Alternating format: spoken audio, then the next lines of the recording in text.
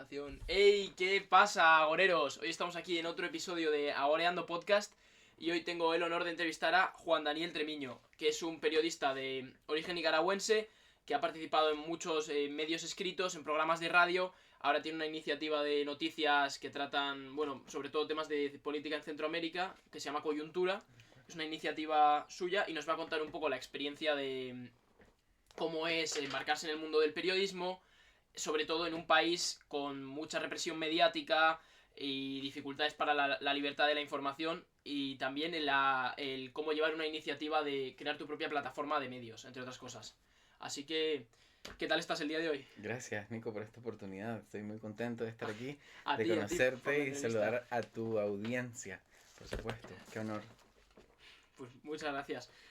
¿Cómo te encuentras el día de hoy? Bien. Contento, tranquilo. Es un fin de año de muchas reflexiones, buscando oportunidades para el próximo año para seguir informando, por supuesto. Me alegro mucho. Este 2026 se viene con ganas para todos. Pues bueno, lo primero que te quería preguntar es ¿cómo recuerdas tu infancia en Nicaragua? Fue una infancia sana en el sentido de que, bueno, hijo de padre y madre, una familia muy joven, por supuesto. Mis padres me tuvieron cuando yo era adolescente, entonces me tocó pues prácticamente criarme por cuenta propia, pero le agradezco a mi subconsciente, por así decir, porque me encaminó hacia la educación. Entonces vengo de una familia campesina, una familia donde poca gente tuvo la oportunidad de ir a la escuela, entonces eso pues me involucró muchísimo de manera consciente de la sociedad, de cómo estaba mi sociedad, mi comunidad y cómo yo podía aportar desde pequeño en este ámbito. Entonces así fue, pensando desde pequeño cómo iba a involucrarme en la sociedad. Eso fue lo que hice. Claro. Y así, en este proceso de crianza, ¿cuándo recuerdas que te surgiera la chispa del periodismo? Pensar, esta es la manera en la que quiero aportar y en la que quiero colaborar, los medios, la comunicación. Sí, recuerdo que estaba finalizando la primaria. Nosotros así le decimos primaria, secundaria y luego la universidad.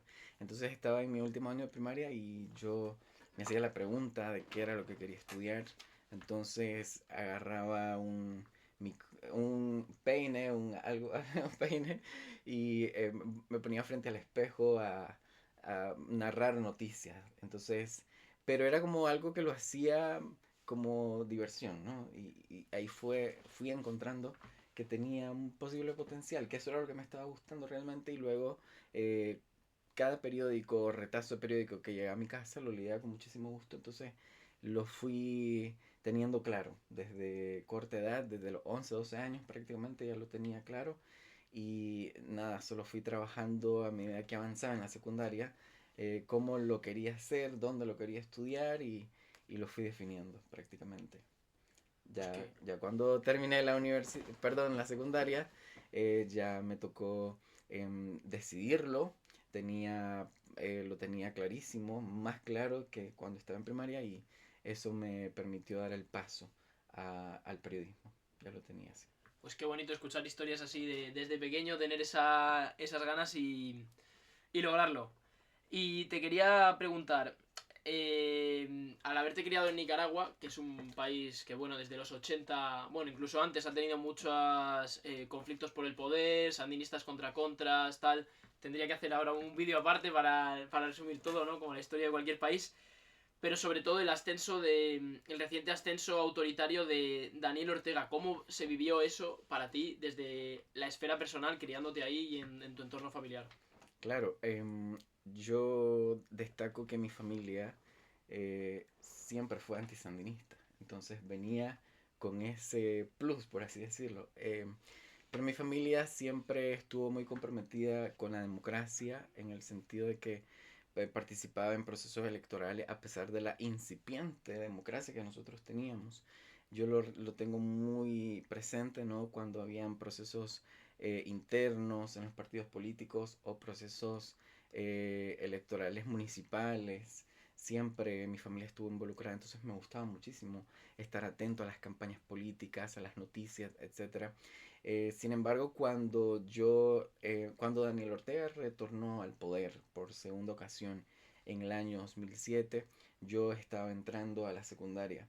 Claro, mi familia siempre me advertía de los riesgos de el sandinismo en el poder y, y también del riesgo que representaba para los periodistas. Yo apenas estaba en secundaria y ya lo tenía claro. El riesgo que implicaba para la seguridad, para la democracia misma, ¿no? Entonces, eso fue alertando mi conciencia y también preparándome de cierto modo porque cuando los padres te dicen a vos, tené cuidado cuando veas un sandinista o tené cuidado el comportamiento de un sandinista por X y X razones, entonces desde pequeño vos lo vas entendiendo, lo vas captando y eso de cierta forma te prepara para escenarios como los hemos venido viendo a lo largo de los años, pues. Entonces, Nicaragua, a pesar de que su democracia era muy jovencita, muy niña, muy naciente, apenas tenía 16 años cuando Daniel Ortega retorna al poder en el año 2007, pero aún así, pues el país comenzaba a mirar luces, camino, pero no era lo suficiente ni lo necesario para poder sostenerla, cuidarla o alimentarla en todo caso. Claro. Pero, ¿cómo, de dónde, cómo crees tú, cómo explicas en el año 2007 el retorno de un movimiento tan autoritario como el sandinismo cuando Nicaragua ya está en una situación democrática? ¿Por qué crees que sucedió ese regreso a la vía autoritaria? Sí, en Nicaragua no hay ideologías definidas o no hay escuelas ideológicas, por así decir. Solo existen ¿cómo te diría? Algo muy pragmático como el sandinismo y el antisandinismo, ¿no? La contra y el sandinismo. Luego la contra desaparece y se convierte, bueno, gran parte de la sociedad se define como antisandinista. En el 2000, las elecciones de 2006, las últimas que hubieron, prácticamente Ortega ganaba con un 38%, es decir, que más de la mitad de la población era antisandinista y aún así este movimiento partido de liderazgos guerrilleros se convirtió pues en una plataforma, no se convirtió, ya lo era, una plataforma que solamente buscaba la cooptación del poder. Entonces, en los primeros años fue claro que ese era el camino, que ellos venían definiéndolo. Entonces, la población no estaba preparada para ello realmente. No estaba de ninguna forma, en ningún sentido, puesto que eh, no había organización, no había formación, no había algo que contrarrestar o le hiciera el suficiente contrapeso al sandinismo en todas sus capacidades para contrarrestarlo. Al contrario, más bien muchos liderazgos que fueron o que se definían como antisandinistas fueron cediendo los espacios. Algunas conciencias eran comprables y otras vendibles. Entonces eso le permitió todo el terreno para que el sandinismo avanzara en todas las materias o en todos los ámbitos de la vida social y política del país. Y es como hasta el día de hoy no ha dejado de avanzar en ese sentido. Y tú como periodista, ¿alguna vez has visto amenazada tu integridad o te has visto en problemas por cubrir la situación e intentar contar la verdad ahí? Claro, por supuesto. Desde que estaba en la universidad prácticamente, porque nosotros, bueno, cuando yo llego a la universidad ya tenía 17 años prácticamente. El sandinismo iba por su tercer periodo y los espacios ya eran escasos. Entonces, em, cualquier actividad, cualquier acción en pro de la democracia o en pro de la libertad o de los derechos humanos significaba correr riesgo, mucho riesgo. Entonces, uno con la poca formación o información que teníamos, era difícil, ¿no? Organizarnos, contrarrestar, combatirlo de cierta forma, porque todo era muy controlado, desde la policía, las instituciones académicas, por supuesto. Yo estaba estudiando en una universidad que todavía tenía cierta apertura democrática, es decir, permitía que se debatiera, se abrieran espacios, cátedras, etcétera, pero aún así el riesgo era muy latente. Entonces, luego, cuando estaba en la universidad, tuve la oportunidad de participar en una emisora de cobertura nacional que se llama Radio Corporación, y eso me permitió pues expandir mi voz o mi conciencia y llegar más allá a los lugares tan remotos como pues, en Nicaragua la mayor cantidad de las personas viven en zonas rurales más que en zonas urbanas. Entonces la radio llegaba mucho al área urbana, pero aún así pues mi familia que vive en una comunidad muy largo de la capital venía sintiendo ciertas amenazas, recepcionando algunas amenazas de personas que nos conocían, que sabían que éramos antisandinistas y desde entonces querían callarme. Desde que estaba haciendo mis prácticas preprofesionales ya venía sintiendo el riesgo, ya mi familia venía siendo de cierta forma víctima de este tipo de amedrentamiento, represión. Pero pues la represión en Nicaragua recrudeció a medida que, por ejemplo, el caso 2018, que es un parteaguas en la historia del país, la represión y la violencia exageró demasiado por parte del régimen. Las protestas, ¿no? La famosa orden del vamos con todo, ¿no? Por supuesto, esa famosa orden Sí, que nos desgració muchísimo. tío. Rosario, bueno, si lo quieres explicar tú, el vamos con todo para la audiencia, porque mucha gente no estará informada.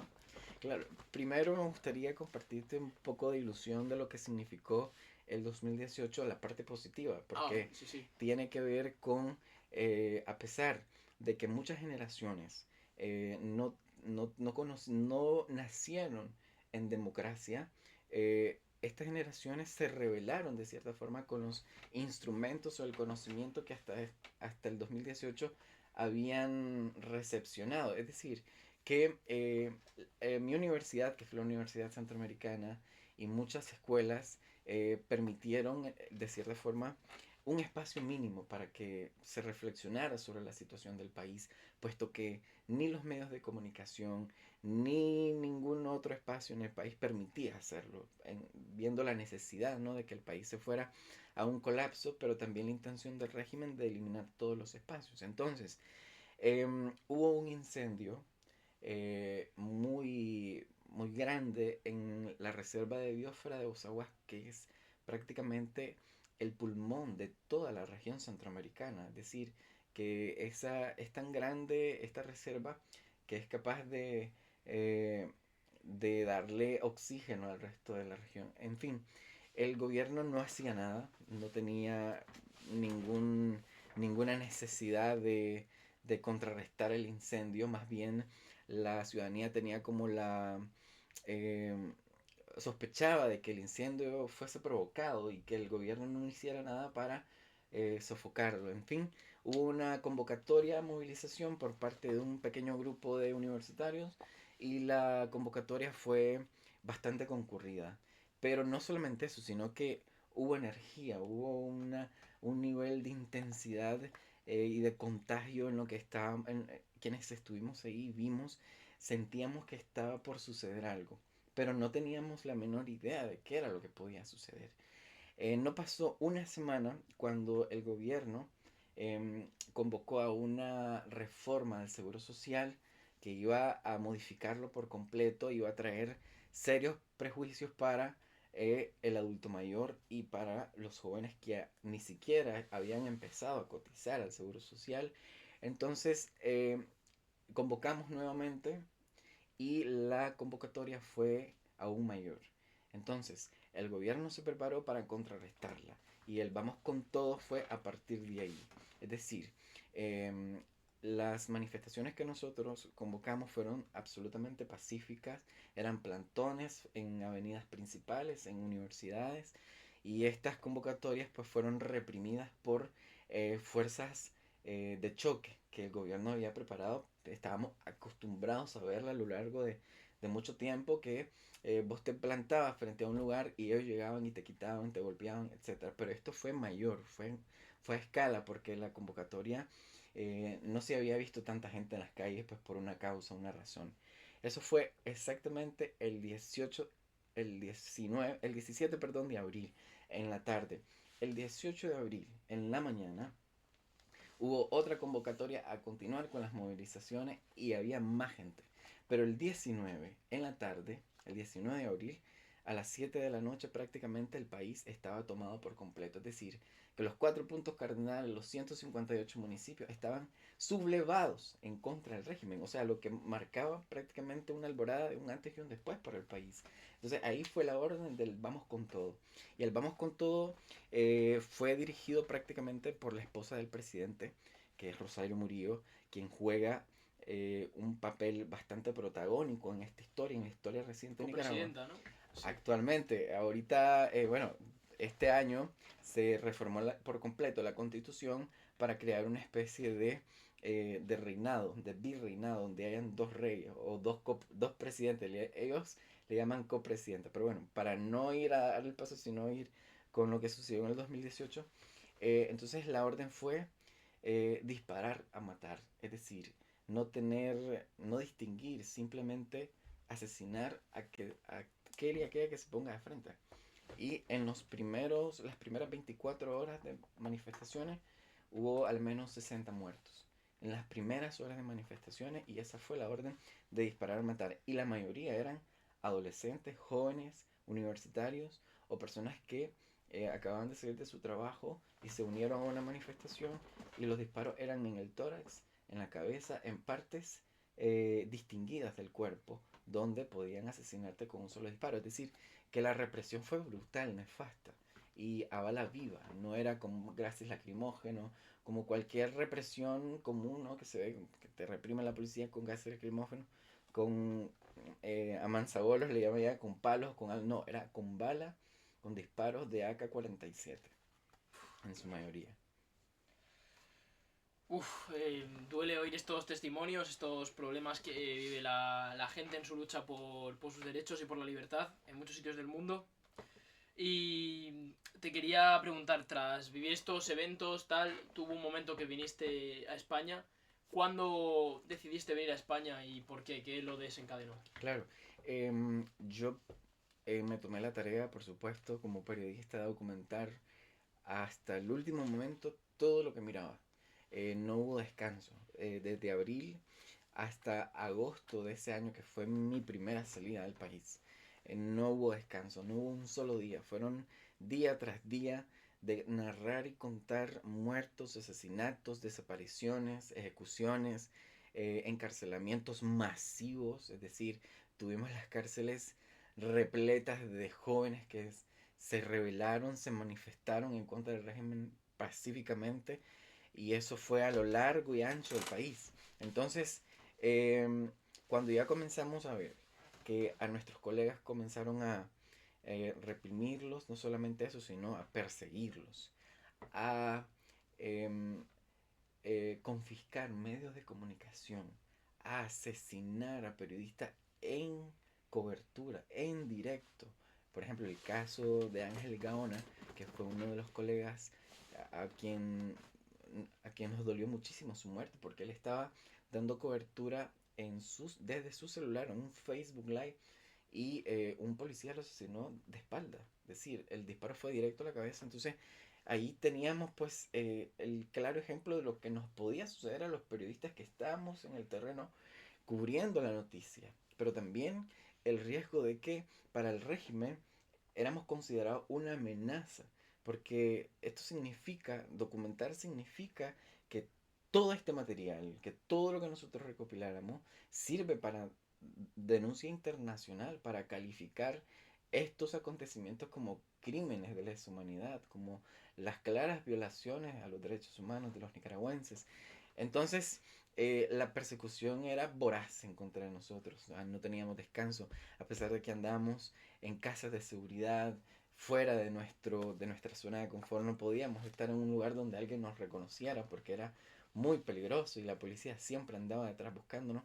Y fue hasta agosto del 2018 donde, junto a mi equipo, decidí salir del país, abandonar el país. Fue muy doloroso, por supuesto, pero fue más doloroso sacar a mi familia, porque si bien yo pues he estado muy consciente y asumido el riesgo de lo que significa hacer periodismo, si bien la familia también viene sufriendo este tipo de represión, ¿no? Porque soy hermano mayor, mis hermanos son menores, tenía en ese momento una hermanita de 2 añitos y me partía el alma verla salir por punto ciego a una frontera y a mi papá en sus manos y mi mamá y mis hermanos y todos tenían que salir y dejar nuestra casa que con mucho esfuerzo durante mucho tiempo veníamos pues construyéndola y todo lo abandonamos.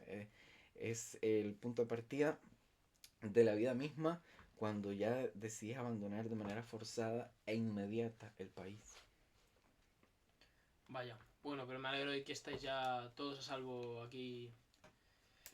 Bueno, te iba a preguntar qué futuro le ves a la situación de Nicaragua actualmente. ¿Pronto liberación o queda mucho tiempo? ¿Cómo lo ves? Mira, es, es una de las cosas más difíciles, aparte de narrar una represión sistemática, encarnecida en todas las áreas sociales del país. Es difícil, a pesar de eso, es difícil darle una luz a a lo que está sucediendo. Ese es el trabajo principal, no solamente documentar, sino darle a una sociedad adormecida, desesperanzada, un poquito de luz. Em, los últimos años han sido negativos, han sido oscuros. Es decir, el país no ha visto un indicio, un destello de luz, al contrario. Solo en este año hubo una reforma casi total a la constitución política para hacerla a la medida del régimen, es decir, de la pareja presidencial, del presidente, del copresidente y de la copresidenta. A partir de este año es cuando se comenzó a nombrarles así, porque ellos se creen reyes, dueños y señores de todo el territorio nacional, de todo lo que contiene el territorio nacional. Ellos deciden quién sale, quién entra, a quién le quitan la nacionalidad, a quién le quitan sus empresas. O sea, pueden dejar a un empresario en la calle en cuestión en el chasquido de tus dedos. Con el chasquido de tus dedos lo hacen. Porque no hay ley, no hay nadie que te proteja. Es un estado total de indefensión. No hay organizaciones civiles, no hay organizaciones de ningún tipo, porque todas han sido eliminadas por completo. Ni siquiera podés organizarte para decir, hoy vamos a salir a darle comida a los perros de la calle. No, porque eso puede significar muchísimo riesgo para vos o para quien trate de organizarse. Incluso los certámenes de belleza son un riesgo para la población, porque por ejemplo, es un caso que a mí me gusta ejemplificarlo como para magnificar hasta dónde ha llegado la dictadura. No sé si sabes del certamen Miss Universo. En Nicaragua, la nicaragüense en el año 2023 ganó el certamen de belleza, una jovencita preciosa que se llama Shanice Palacios, y esto le dio muchísima alegría al país haber ganado un certamen de belleza. Pero al régimen eso le afectó demasiado a tal punto de que su decisión fue no permitirle el ingreso a la Miss y expulsar a toda su familia del país, porque no estaban o sea, no estaban a favor de la dictadura.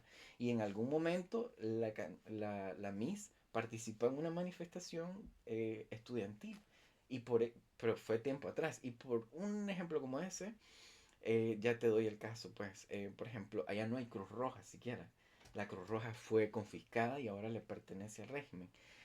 Ir a una iglesia es demasiado riesgo. Se menciona que los cristianos en Nigeria son perseguidos, por ejemplo, pero en Nicaragua no pueden ir a una iglesia porque en esa iglesia hay paramilitares que están escuchando y viendo quién llega, quién dice qué, y en cualquier momento te pueden desaparecer. O sea, solo en este año 40 sacerdotes fueron desterrados del país y el país fue limpiado de monjas. ¿Qué puede representar para el régimen una monja? ¿No? Una persona que es caritativa nada más, que tiene una labor, si bien religiosa, pero humanitaria al mismo tiempo. En cierto modo que si vos tenés alguna característica o una cualidad humanitaria, vos representas un riesgo para una dictadura como la que se ha implementado en Nicaragua. Pero vamos, ¿qué esperanza se le puede dar a a la población que aún permanece en el país? Que no todo va a durar más de 100 años. Es decir, hay un dicho un refrán nicaragüense que la gente acostumbra a repetirlo, y es que no hay mal que dure 100 años. Y siempre hay que estar preparados para el día de mañana, porque nunca podemos acertar qué es lo que puede suceder, pero sí anhelarlo. Y si nosotros anhelamos democracia, justicia y libertad permanentemente desde lo más recóndito de tu conciencia, ahí tener la plena seguridad de que va a pasar algo. Entonces, de cierto modo, los medios de comunicación que estamos todos en el exilio, más de 200 periodistas hemos tenido que abandonar nuestro hogar para poder seguir informando. Entonces, sí representamos de alguna forma un destello para que la sociedad del día de mañana al menos pueda tener información, puede informarse. Que informarse ya es tener cierto poder en el conocimiento. Y sobre la relación de Nicaragua con otros países de su entorno, ¿cómo crees que eso le afecta a la creciente rivalidad? Bueno, no rivalidad, pero con Estados Unidos cada vez más alejado y con apoyos cada vez más polémicos. ¿Cómo crees que eso puede... Uy, perdón, No se pasa me ha nada. quedado por aquí. ¿Puede continuar o derivar? Bien, hay algo tan irónico como la misma dictadura, como la existencia de la dictadura, de que Estados Unidos es el principal socio comercial de la dictadura nicaragüense. Es decir, es quien sostiene económicamente a la dictadura. No ha cambiado nada a lo largo de este periodo de crisis. No ha cambiado nada en el formato de cooperación, en el formato de negocio. Al contrario, más bien ha crecido bastante. Y tampoco ha significado para Estados Unidos mayor cosa que en el país, por ejemplo, Nicaragua se ha convertido en una especie en una base de facto de Rusia. Es decir, que Rusia tiene operaciones especiales desde Nicaragua para el resto de todo el continente. También China.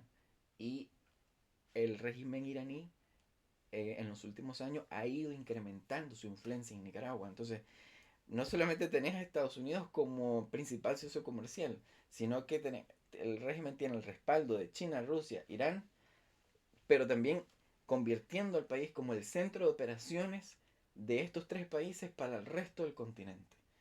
Por lo cual significa un riesgo para la seguridad de toda la región. Yo creo que ahí Estados Unidos tiene, de cierta forma, que analizar qué está haciendo con Nicaragua o en Nicaragua, porque no solamente sostiene a una dictadura, sino que eh, tiene que tomar en cuenta lo que significa que Rusia vaya avanzando en sus bases desde el territorio latinoamericano. Pero eso, o sea, significa más riesgo del que yo te puedo exponer, porque ahora mismo, por ejemplo, solo hemos tenido cierta información de que en Nicaragua las bases de operaciones de espionaje ruso, o sea, es indescifrable de cuánto territorio tienen en su poder y desde dónde están operando. Incluso no se reportan los aviones que aterrizan desde Rusia a Nicaragua, no se reportan en ningún lado y todos los días llegan aviones rusos al país. Claro, y hay mucha jungla, muy difícil de saber, incluso con satélites cuesta averiguarlo. Claro. Y Sobre... no hay quien cuestione el régimen, no hay quien lo haga dar, cómo se dice? Él no rinde cuentas de ningún tipo, no hay quien le haga rendir cuentas. Claro, no hay nadie que... No hay ninguna potencia mayor, ¿no? Que quiera, que esté interesada en cambiar la situación. Exacto. Respecto a el apoyo de China que has mencionado antes, hoy leí, preparándome esta entrevista, que había un proyecto para crear un canal interoceánico. ¿Cómo crees que eso puede afectar al desarrollo de la región o si Bueno, realmente... pues es una idea muy ilusa para quienes aún creen que en Nicaragua se puede hacer un canal estratégico, ya, ni siquiera interoceánico, sino estratégico porque si bien físicamente o geográficamente el país presta las condiciones para potencializarlo, pero no necesariamente un canal interoceánico, porque esta idea se ha vendido durante toda la existencia del país, los 200 y pico años de independencia que ha tenido, se ha hablado de un canal interoceánico, pero nunca se ha construido y cuando se habla es porque se quiere utilizarlo como una cortina de humo, a excepción del año 2013 cuando Daniel Ortega le entregó la soberanía entera y completa del país a un empresario chino desconocido, ahí sí ya vimos que se dio un paso, pero no en la dirección correcta del desarrollo, del progreso del país, sino del control del territorio, de nuestro propio territorio.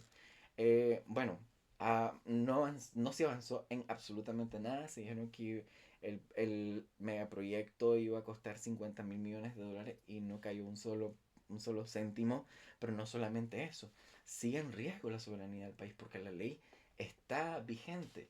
Y en el año pasado el régimen está maniobrando para darle la concesión a China, pero ya no con la idea de un canal interoceánico, sino con otro tipo de proyectos a lo largo y ancho del territorio, y esto le cede la soberanía de los territorios, ya sea a China, a la China comunista o al régimen chino, a empresas chinas o a otro tipo de empresas, ya sea de Rusia o de otros países, a invertir en zonas especiales dentro del país, pero que en realidad pues son zonas, esto es de mucha estrategia militar, geopolítica, pero nada que tenga que ver, Nico, con desarrollo social, progreso, economía, no tiene nada que ver con eso. Solamente son intenciones de extractivismo, de control, de poner en riesgo todo el territorio. Pero no solamente eso, sino que eh, este año se dio a conocer también de que el régimen le cedió muchos terrenos a minerías chinas. Entonces los chinos ya nos están quitando el oro, el poco oro, o no sé cuánto en realidad tenemos de oro, pero ya nos están quitando el oro. Y eso hace también que la economía del régimen se sostenga. O sea que las rentas cada vez repercuten menos en el desarrollo social del pueblo nicaragüense. La verdad que es un poco triste oír esto, el desamparo internacional, que no hace nada frente a esta situación. Pero bueno, pasando a otro tema, te quería preguntar por tu plataforma de noticias, por Coyuntura, que es una web donde, bueno, hablas de... Hay muchos tipos de artículos, muchos de la situación de Centroamérica. ¿En qué momento decides crearla y por qué? ¿Qué te motiva a crear esta plataforma? Claro, en el 2017 nació Coyuntura y estaba trabajando en Radio Corporación, pero era la necesidad de querer contar más, no solamente llegar a un programa de radio, saludar al país un par de horas y analizar la situación, sino profundizar. Y resulta que en Nicaragua en ese entonces solo habían dos periódicos. Ahora no existen periódicos, no hay, no sabe, las generaciones que vienen ya no pueden tocar un papel de periódico porque no lo van a conocer siquiera. Está prohibido entrar por el aeropuerto con un periódico, no importa de qué país o de qué lengua sea, imagínate. En fin, las ganas de querer seguir contando, profundizando en el contexto, en temas de economía, en temas de desarrollo, de derechos humanos y también brindar el espacio a otros jóvenes involucrados en materia ¿no? de democracia, de libertad, de procesos, jóvenes que quisieran expresar. Entonces, así nació Coyuntura. Lo que nosotros no teníamos previsto era una crisis a lo inmediato, ¿no? Porque Coyuntura no tenía ni 5 meses cuando estalló la crisis del 2018. Entonces, eso nos permitió llevar al medio o convertir el medio en una plataforma aún mayor, ¿no? De estar contando diario los acontecimientos, los sucesos, pero también de tomarnos la tarea de documentar. En fin, Coyuntura es un medio de comunicación centroamericano que todos los días escribimos, investigamos sobre democracia, derechos humanos, economía, política, sobre toda la región, por supuesto, y también temas internacionales que afectan a la región y cómo nos afectan. Entonces, somos un grupo que está, algunos desde la clandestinidad, otros desde el exilio, aportando a la comunidad internacional o dándole a conocer pues, lo que aún sigue sucediendo en Nicaragua para que Nicaragua no sea olvidada, hombre. O sea, estamos hablando del país que está en el corazón del continente americano, con casi 8 millones de habitantes que no conocen de libertad, que estamos pues todos los días haciéndolo para que pues cuando nos toque retornar, pues llevarle al país un periodismo de calidad que es nuestro objetivo, seguirnos formando para seguir informando. Y bueno, siendo Nicaragua un país con muy poca libertad de internet, por lo que tengo entendido, un ciudadano nicaragüense es capaz de acceder a Coyuntura desde su teléfono. Claro, por supuesto, hasta el día de hoy, pero con mucho... No es fácil, te lo digo porque, por ejemplo, em, el uso de las plataformas, si bien no está criminalizado, por así decir, bueno, sí lo está, para serte honesto. Lo que pasa es que no hay como las leyes de China, Irán y otros países donde no existe el Twitter, el Instagram, o las redes sociales, no están censuradas por completo. En Nicaragua sí existen, pero no podés ir a una noticia a darle me gusta o compartirla, porque eso es motivo de cárcel. Ya hemos documentado cantidad de casos de personas que por un simple like a una noticia la han desaparecido. Entonces, de esa forma están controladas. La gente se informa, utiliza sus VPN, aplicaciones u otras para poder acceder al contenido. Nicaragua sigue siendo nuestro principal público, por lo cual nos indica que la gente hace lo que sea para poder acceder a la información. Entonces, aún no está del todo controlada las redes sociales, pero sí el riesgo es inminente de, por ejemplo, compartir una noticia. Es muy Claro, eso peligroso. ya te señala, Demasiado te pone en peligroso. un compromiso. Bueno, pues ya sabéis, id a visitar Coyuntura si queréis informaros sobre la actualidad en Centroamérica. Y te quería preguntar, ya saliéndonos un poco... Bueno, no, sí, manteniéndonos saliéndonos un poco del tema periodístico, pero manteniéndonos en la actualidad, sobre un tema que hemos mencionado antes, que es la represión a la religión. Y este misterioso personaje que a mí me ha llamado mucho la atención, que es el Rosario Murillo, que le llaman como la presidenta un poco, es como chamánica, Sí, sí, bruja, que sí, tiene como su... esotérica, bien Esotérica, los sí, sí. descritos. Ella es abiertamente bruja. Si no es que vos quieras ofenderla o yo quiera ofenderla, ella es abiertamente bruja porque utiliza la brujería para sostenerse en el poder y de muchas formas. No, para nosotros ha sido un riesgo, más que un riesgo, un reto, Nico, informar o describirla, porque uh, eh, te hace ir, ¿no? Al punto, a encontrar todos los elementos que puedan hacerte comprender, además de documentar y explicar cómo utilizan todos los poderes esotéricos para sostenerse en el poder, ha sido un reto. Entonces, ella sí ha sido uno de los personajes, creo yo, más insólitos e inéditos que ha tenido el país y la región prácticamente, porque ha logrado de cierta forma sumergir al país en una especie de catarsis, más de que catarsis, en una especie de trance, ¿me entendés? Adormecer la conciencia.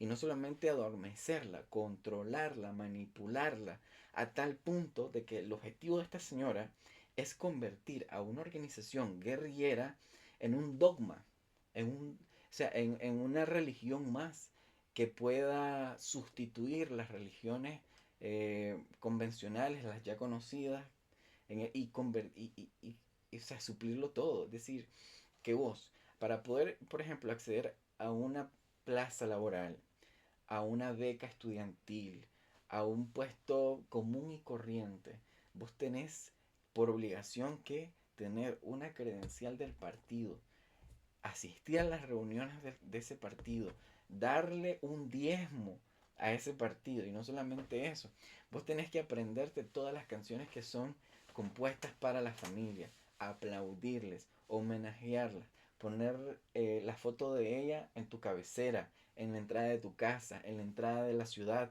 en la entrada de un hospital. Ellos están por todas partes y eso, o sea, es tan enigmático y tan misterioso la forma de ellos ejercer este tipo de poder que están por todas partes. Y lo más curioso es que, vos sabes que esta pareja solamente aparece a lo mucho una vez al mes. Una vez da su cara, salen en televisión, no tocan la calle, nadie les puede tocar, dar un abrazo. Ellos no recorren el país, no son presidentes normal, como un presidente que va a una esquina, saluda a su militancia, se da un baño de masa. Ellos no. Ellos solo son ellos, viven en un búnker, salen una vez al mes, aparecen en la pantalla. Eso sí, controlan hasta lo más íntimo del país.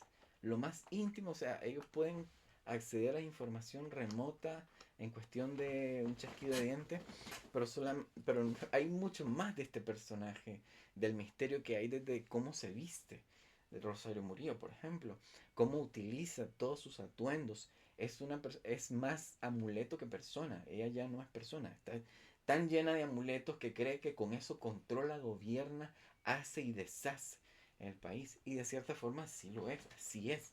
Se cumple la voluntad de esta mujer. Se cumple el capricho de esta mujer. Todo lo que a ella se le ocurra hacer, lo hace. Por ejemplo, su capricho era mandar a instalar eh, unos famosos árboles de la vida, que son unas, unos árboles de lata gigantescos por toda la capital y luego por todos los municipios, porque ese es el símbolo de ella. Representa su cabello, por ejemplo, la parte de los seis representa su cabello, representa sus colores, sus posturas, su gesticulación incluso la representa. Entonces, para que cuando mires un árbol de eso, la mires a ella. Entonces los cuidan, y esto, el gasto para el país es excesivo. Un país paupérrimo como el Nicaragua no necesita de gigantografía, de árboles gigantes como estos, que son inútiles para el país, que se le puede dar, Que son eh, de metal, ¿no? sí, No son árboles de verdad, ni siquiera. no, exactamente. Claro. Entonces, pero con la energía que consumen se le puede dar luz a, a un departamento completo, a todo un departamento, a más de 100.000 habitantes. Podrían consumir, podrían tener energía con lo que estos árboles consumen, pero es el capricho de ella. Ahora, hay que preguntarse cuál es el destino final de una bruja, cómo muere una bruja. Son las preguntas que ahora nos estamos haciendo, porque el país, te lo repito, tiene que estar preparado y tiene que estar consciente de quiénes lo controlan, cómo lo controlan, cuáles son todas estas aristas, y conocerlas. Hasta ahí nos han hecho llegar, y hasta ahí el periodismo ha tenido que involucrarse. Pero yo cuando estaba en la universidad no sabía que tenía que profundizar en temas de brujería, de esoterismo, de macumbería. Imagínate, entonces ahora hasta eso nos toca. Surrealista, la Totalmente. verdad. Y sobre otros apoyos que tiene la dictadura, te quería preguntar sobre estos grupos que me llega, que el gobierno no reconoce como oficiales, pero que reúnen como a pandilleros para que hagan de escuadrón paramilitar. Claro. Se llaman turbas, puede ser, o algo así. Empezaron como turbas. Sí, Empezaron, ese era el nombre que se les daba principalmente cuando habían simulacros, diría, de procesos electorales. En Nicaragua, desde que ellos gobiernan, no ha habido una sola elección libre. ¿Por qué? Porque ellos utilizaban a las turbas para ir a las juntas receptoras de voto y causar terror a la ciudadanía, para que no fueran a votar, para robarse las actas. Esa era la principal función de ellos. Luego, para contrarrestar cualquier contramarcha, la agredían, se ponían pasamontañas, etcétera. Siempre han sido como móviles, turbas móviles, que las movilizaban en cualquier plaza, ciudad, terreno donde estuviesen pues personas en contra del gobierno. Luego dieron el paso a convertirse en paramilitares cuando en el 2018 el régimen decide armarlos. Es decir, que eran gente, algunos de escasos recursos, vagos, otros personas que son, o sea, que tienen un puesto en una alcaldía, un ayuntamiento, en cualquier, o sea, por más mínimo que tenga un puesto, entonces se les obliga a participar en actividades de represión, y se les asigna un arma, se les da un cheque en blanco para que maten, para que tengan impunidad, para que pongan, amedrenten a la población, la metan en miedo. Entonces, esa es su principal tarea. ¿Qué es lo que pasa? Bueno, ellos mantuvieron por algún tiempo diciendo que eran policías voluntarios, todas estas personas que salían a matar a las plazas. Luego reformaron la ley y los comenzaron a entrenar para convertirlos en un apéndice más de la estructura castrense. Es decir, están los policías, está la policía, el ejército y ahora los paramilitares como policías voluntarios. Entonces, este año, precisamente, se formaron esos escuadrones que la mayoría son militantes del mismo partido con un pasamontañas, pero también con un cheque en blanco, y cualquiera de ellos te puede capturar en cualquier lugar porque escuchó que dijiste algo, por cualquier razón que se les ocurra, ellos pueden capturarte, desaparecerte o asesinarte porque tienen un cheque en blanco. Y eso se ha ido documentando, por supuesto. Qué horror, cómo utilizan los regímenes la violencia para mantenerse en el poder. Desde cualquier vía, o sea, de manera que nadie se lo puede echar en cara, ¿no? Porque no existe una conexión oficial. Claramente. No hay Sí, forma de hacerles frente porque es demasiado el riesgo, demasiado el miedo también que se les puede tener, porque para eso están, para causar miedo. Entonces, ¿cómo te vas a enfrentar a un régimen que está armado por todos lados, que tiene oído en cada esquina? Porque cualquier persona que vos o sea, no puedas ni darte cuenta de quién te está escuchando. Si hay alguna cámara en tu barrio o algún... Nosotros salimos de nuestra comunidad porque habían cámaras de vecinos sandinistas que nos estaban vigilando directamente para ver quién entraba y quién salía de nuestra casa. O sea, que te miden todo, Nico, hasta lo que comes, cuánto ganás, en cuánto gastás, lo que recibís. Y lo más doloroso, por ejemplo, es que el miedo también ha ido expulsando a la población de su... Pues ahora somos casi 1 millón de nicaragüenses en el exilio a raíz de esta crisis y mucha gente se va por miedo. O sea, miedo porque ya no es una iglesia, porque ya no puede obtener una plaza laboral porque tiene que tener un carnet de militante, ¿no? O sea, distintos miedos que hacen que te tengas que abandonar el país y decir, no hay forma de enfrentarte vos con tu conciencia, con tu cuerpo y tu integridad a una cosa como esa. sí, completamente distópico, la verdad. Bueno, ya saliéndonos un poco del tema de Nicaragua, quería preguntarte sobre cómo ves tú la situación general en Iberoamérica hoy en día, que estamos en un momento de muchos cambios. En muchos países como Argentina o El Salvador ha habido giros políticos inesperados, ahora en Chile.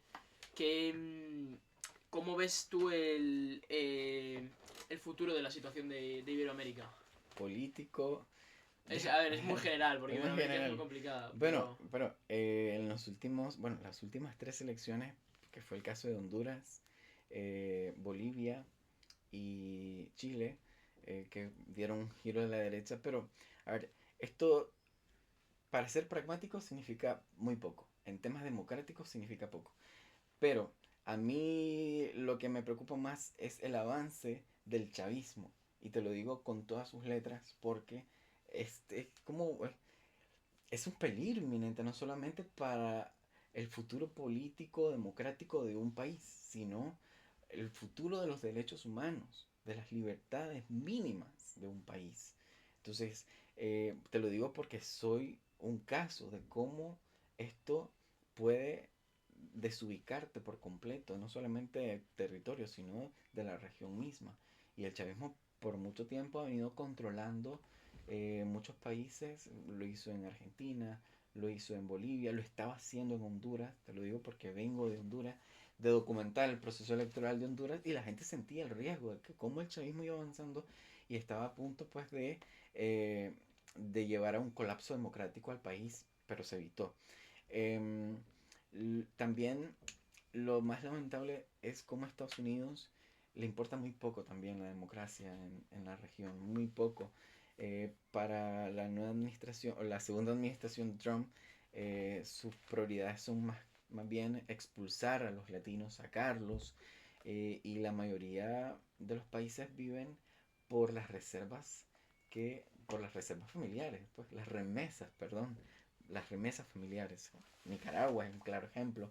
Toda Centroamérica es el ejemplo de la necesidad de cómo la gente sobrevive con las remesas familiares. Tener un familiar en el extranjero que te esté mandando dinero para poder sostenerte, para poder comer algo, ¿no? Sustentarte o comer un plato de comida al día. Pero yo creo que lo que más me preocupa a mí son estas generaciones que vienen creciendo, cuánta conciencia democrática tienen. Yo creo que es ahí donde hay que hacer un buen trabajo y poder expandir con toda la fuerza posible. para que podamos seguir construyendo democracia, porque la democracia es algo que se hereda. Pase lo que pase, o sea, crisis económica, pueden suceder crisis económica, eh, cualquier desastre natural, que eso es muy frecuente ya, lo que sea. Pero si nosotros gozamos de una democracia sólida, ejemplar, representativa, eh, igualitaria, inclusiva, yo creo que nos evitamos de otro tipo de problemas que nos llevan ahí, a ese abismo.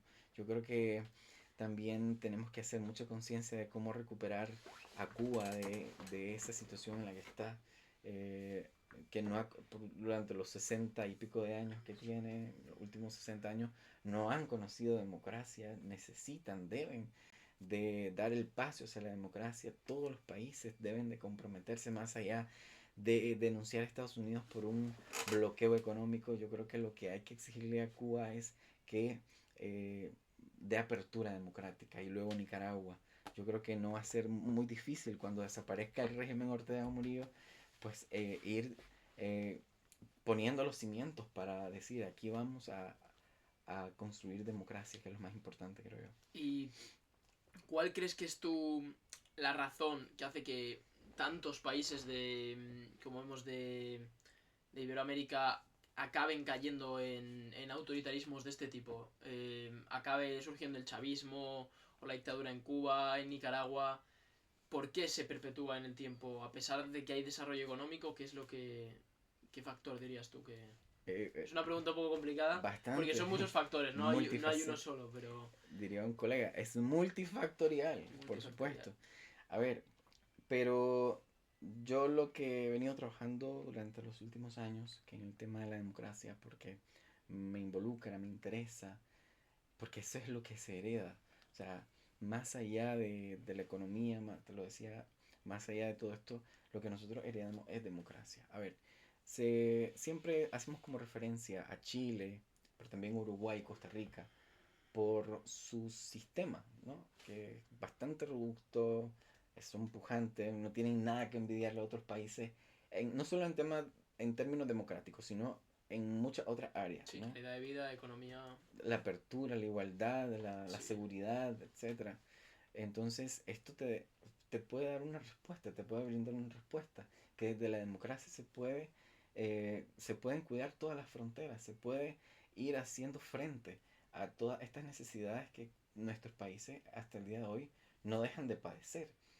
Si no tenemos democracia, no tenemos libertad, no tenemos igualdad, no vamos a tener un buen sistema de leyes que nos puedan por lo menos garantizar que el día de mañana alguien nos vaya a desaparecer de la noche a la mañana, y no nos encontremos en un estado de indefensión como el que actualmente Nicaragua se encuentra, que no hay una sola ley que te pueda proteger, respaldar, etcétera, ¿no? Entonces, eh, que las nuevas generaciones puedan tener esa oportunidad de formarse desde las escuelas, formarse desde el hogar, incluso en términos democráticos, ejercer la democracia desde el comportamiento y no desde la necesidad de decir, hay mucha gente que dice, yo soy demócrata porque voy a, a ejercer mi derecho al voto cada 4 años.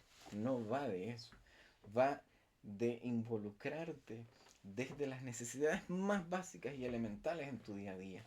Desde cuánto cuesta una botella de agua, una botella de Coca-Cola, lo que sea. Desde ahí uno puede ejercer su raciocinio en términos democráticos. Como es también contrarrestar, por ejemplo, Nico, allá yo le llamo la maldición del no me meto en política. Es decir, esa frase que muchos han ido repitiendo hasta el cansancio, decir, yo no me meto en política porque a mí la política no me da de comer.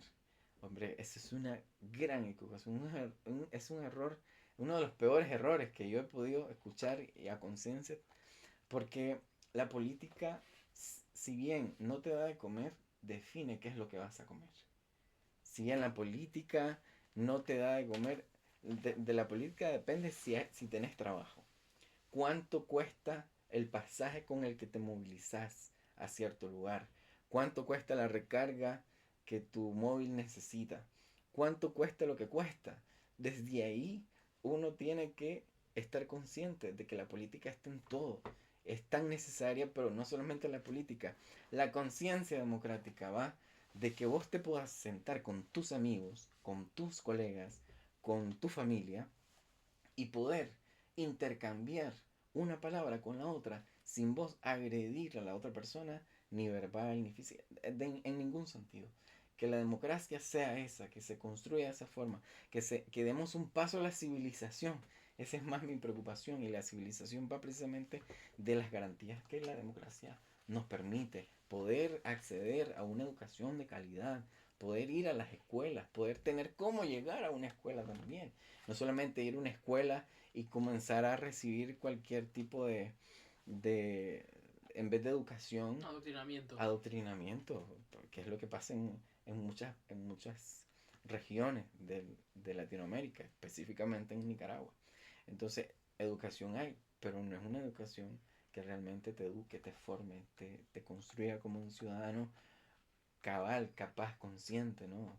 Sino una persona adoctrinada, como un borreguito más dentro de la sociedad. Dejar, dejarnos de decir pueblo, porque allá en Latinoamérica se utiliza mucho el término pueblo. Pues el pueblo tal cosa, el pueblo. Eso es un error también, decir pueblo a la ciudadanía. Lo que estás construyendo son ciudadanos, personas con derechos y deberes, con responsabilidades y con garantías. Y no pueblo, el pueblo es un poblador más, una persona que ocupa un lugar, un espacio. Somos ciudadanos y hacer ciudadanía va incluso de decir buenos días cuando te subís a un autobús, a un metro o cuando alguien pues llega a tocarte la puerta de tu casa. Es algo tan sencillo. Sí, qué bonito te ha quedado esto último de la ciudadanía. Sí, sí, la educación. La educación es súper importante y se nota. En un país desarrollado, el saludo, la amabilidad, proyecta mucho de su futuro. Y te iba a preguntar, me interesaba saber tu opinión más o menos política de un líder que está dando mucho para hablar, sobre todo en Centroamérica, no es Trump, es Bukele. Bukele, que mucha gente lo ha aclamado después de lo que ha logrado, si podemos llamarlo así, en El Salvador, pero también ha provocado que mucha gente arquee la ceja sobre si la fórmula Bukele es lo que deberíamos aplicar en Centroamérica, con el tema de la inseguridad. Sí, se reproduce mucho, sobre todo en los últimos procesos electorales que hemos venido comentando. Bukele es un fenómeno en ese sentido, porque la gente lo aclama desde otros países queriendo un líder como él, un líder que tenga esas cualidades, pero cuando ya comenzás a cuestionar cómo lo querés, y ahí, o sea, describime qué tipo de Bukele es el que querés en tu país, ya ahí es donde la cosa comienza a exacerbar un poco. Em, yo estoy consciente de que Bukele es un fenómeno, pero también cómo lo ha construido. O sea, Bukele no apareció de la noche a la mañana. Bukele viene desde un interés particular, desde una ambición personal, es un proyecto político muy personalista, que se ejerce en el mejor ángulo, por así decirlo, porque el personaje se ha desenvuelto y tenemos lo que tenemos. Pero ¿de dónde viene? Bukele fue alcalde de la capital salvadoreña a través de la bandera del FMLN. El FMLN era un partido de guerrillas que era como la contraparte del sandinismo durante los años 80, de ahí viene. Entonces, era un fenómeno, no era un fenómeno particular, pero sí era como una persona que encantaba a las bases de ese partido y poco a poco fue migrando entre muchos partidos para poder acceder a la presidencia. Claro, a él se le complicó un poco el camino a la hora de querer optar por la silla presidencial, pero una vez estándolo, comenzó a reformar al país en todos sus sentidos. Em, lo bueno y lo malo, lo positivo, una de cal y una de arena. Siempre hay ese equilibrio porque no me voy a atrever a satanizar al buquelismo, pero siempre voy a tratar de tomar en cuenta aquello que no lo veo con buen agrado. Por ejemplo, ¿qué es lo que puedo rescatar con Bukele? Yo viví en El Salvador durante un tiempo cuando él era alcalde apenas, ¿no? Pero el problema estaba ahí. era un problema que parecía difícil de resolver, que es el problema de las pandillas, que mucha gente no podía tener ningún tipo de movilidad dentro de su propio territorio porque te podían asesinar simple y sencillamente por haberte cruzado de un barrio a otro. Algo tan absurdo como eso. Era el día a día de la sociedad. La gente no podía em, levantarse económicamente porque en cuestión de minutos alguien llegaba a tu puerta a pedirte eh, un estipendio, es decir, te obligaban a pagarle a las pandillas una X cantidad de tus recursos, de tu dinero, para poder estar tranquilo y que no te asesinaran. Y si incumplías con eso, te asesinaban a vos o a cualquier miembro de tu familia o a toda tu familia. Así de sencillo y de horroroso se vivía en El Salvador. ¿Qué es lo que pasa? Bueno, Bukele, mano dura contra las pandillas, hizo un cambio, un giro radical y pasó a convertir a El Salvador en uno de los países más peligrosos de la región a uno de los países no más seguros, sino más controlados. Ese es un punto pues que hay que distinguirlo en este proceso porque El Salvador, si bien, o sea, dejó de ser ese país que era, pero es porque tiene a todas las manos y pandillas en un solo espacio, en un solo bloque. Actualmente estoy desarrollando una investigación, apenas estoy desarrollándolo, no he llegado a ningún tipo de conclusión, de el ejemplo de la megacárcel SECOT, El que CECOT, sí. o sea, el SECOT, el centro de confinamiento para terroristas, se convirtió en un modelo de cárcel que en YouTube, por ejemplo, se ha convertido en un fenómeno como Sí, tal. como Todo una el mundo, atracción turística. exactamente, si no lo es un Sí. lugar donde los derechos humanos no pasan ni por arriba ni por abajo. Es decir, sí, hay muchas formas que ellos han utilizado como un manual para contrarrestar a quien trate de manifestar los derechos humanos a otra persona que sí, lo que querrás decir que fue un paramilitar, que fue un pandillero, que asesinó a tantas personas, pero esa persona no deja de tener derechos por el simple hecho de respirar. Pero Bukele no ha tenido ese equilibrio, esa conciencia, ese humanismo con la otra parte y lo ha catalogado como lo que ha querido realmente. Y quien se atreva a cuestionarle a él o su sistema o sus acciones, entonces la otra persona automáticamente es descalificada, se le han atribuido términos pero horribles por el simple hecho de mencionar la palabra derechos humanos, ¿no? Entonces, y en lo personal sí te puedo decir que ha hecho lo que Nayib Bukele ha hecho con el sistema político salvadoreño. En 6 años, Daniel Ortega le costó casi 20. Sí, fue eficiente en, eh, en controlar al país por completo y en su profundidad, a diferencia del tiempo que le tomó a Daniel Ortega llegar donde ha llegado. Y hay un paralelismo en los dos. Lo que pasa es que Bukele es como él no tiene problemas en decirte que es un dictador. O sea, más bien ¿Tú hace... crees que Bukele actualmente ya es un dictador? Él es lo que estoy Sí. tratando de decirte, que para él es como algo muy gracioso decir que él es dictador. O sea, los rasgos técnicos, políticos, te dan indicadores para vos asumir lo que sos o asumir o indicar el tipo de régimen que está ejerciendo. Porque es un régimen de mano dura. No me vas a decir que es un régimen permisivo simplemente, ¿no? O persuasivo, que es lo que también trata. Un régimen que está controlando, que allá no se va a hablar mal de él porque ya te mete en peligro. O sea, cuando ya hablas en esos términos, te das cuenta que es una dictadura. Entonces, mucha gente dice sí, pero lo bueno que hizo o sigue haciendo, va a depender de la calidad de vida de la gente. Claro, ahora hay seguridad, de cierto modo, pero también hay miedo. Hay seguridad, pero no hay desarrollo. El país sigue estancado en materia económica y en otras materias, en materia, ya no digamos democrática, O sea, solo en las últimas elecciones, por ejemplo, solo se dijo que Bukele ganó con una mayoría abrumadora, pero nunca se dijo con cuánto ganó. Porque nunca se hizo algo detallado de cuánta gente votó realmente por él, si fue un proceso abierto, transparente, equilibrado, que le permitiera a las voces críticas optar al poder, ¿no?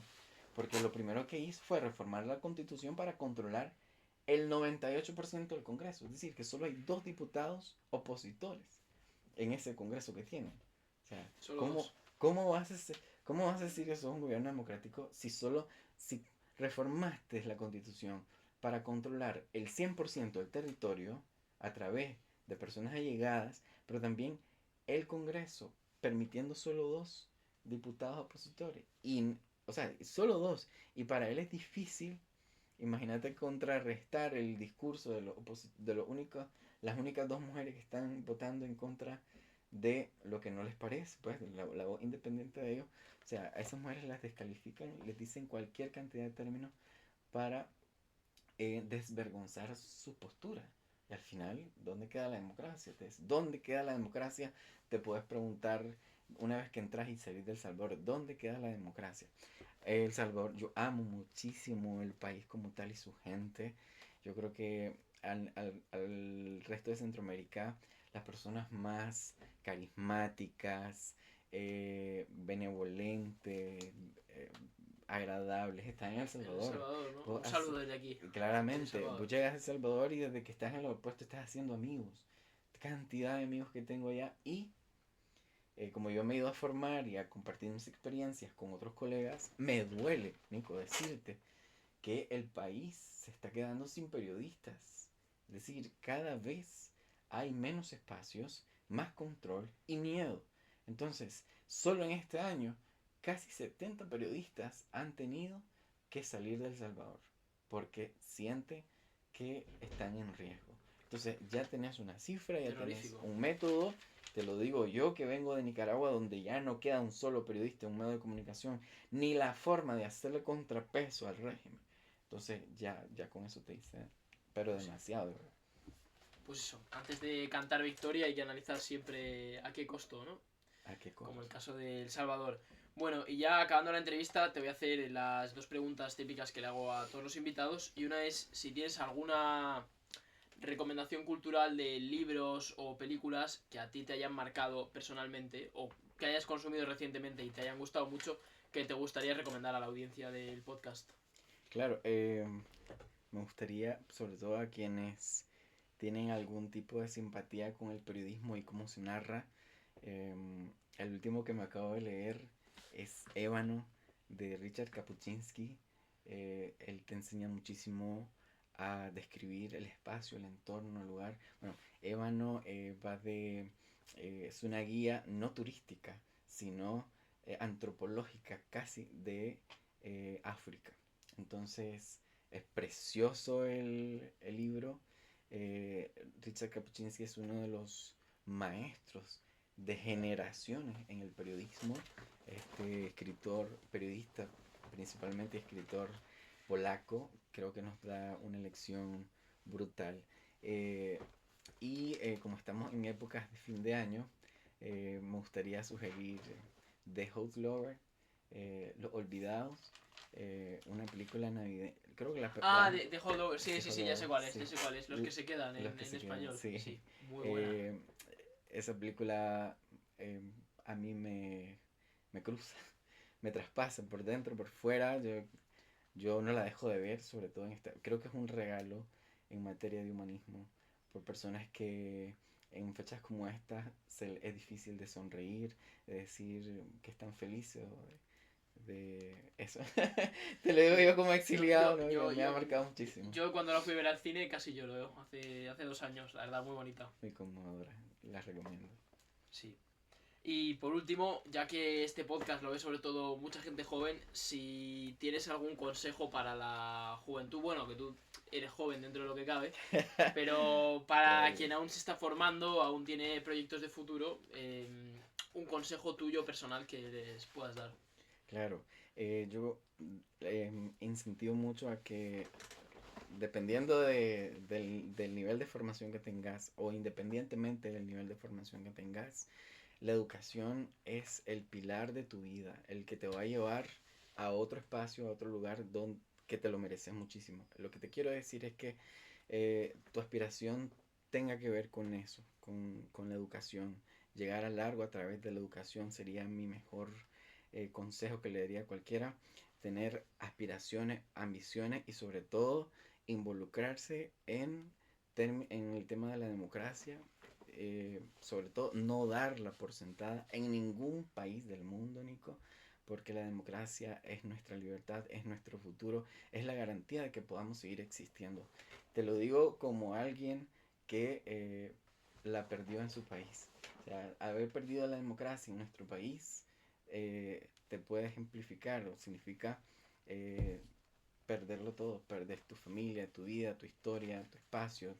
Claro, cuesta llegar a un lugar y comenzar de cero, pero también pues ya nos queda como lección aconsejarle a otros que cuiden su democracia, que se involucren, que participen de todas las formas posibles para poder seguir haciendo, ejerciendo y heredando a las futuras generaciones un país, un espacio de libertad. Bueno, pues me parece que no podía haber mejor manera de terminar este podcast, así que ya sabéis, allá donde estéis, cuidad de vuestra democracia, nunca la deis por sentada, defendedla y ha sido un honor tenerte Gracias, aquí en esta Nico. entrevista. Éxito a Muchas vos, a gracias. todos tus tertulianos, a este proyecto que se desenvuelva y tenga donde tenga que llegar. Sí, esto ha sido Agoreando Podcast.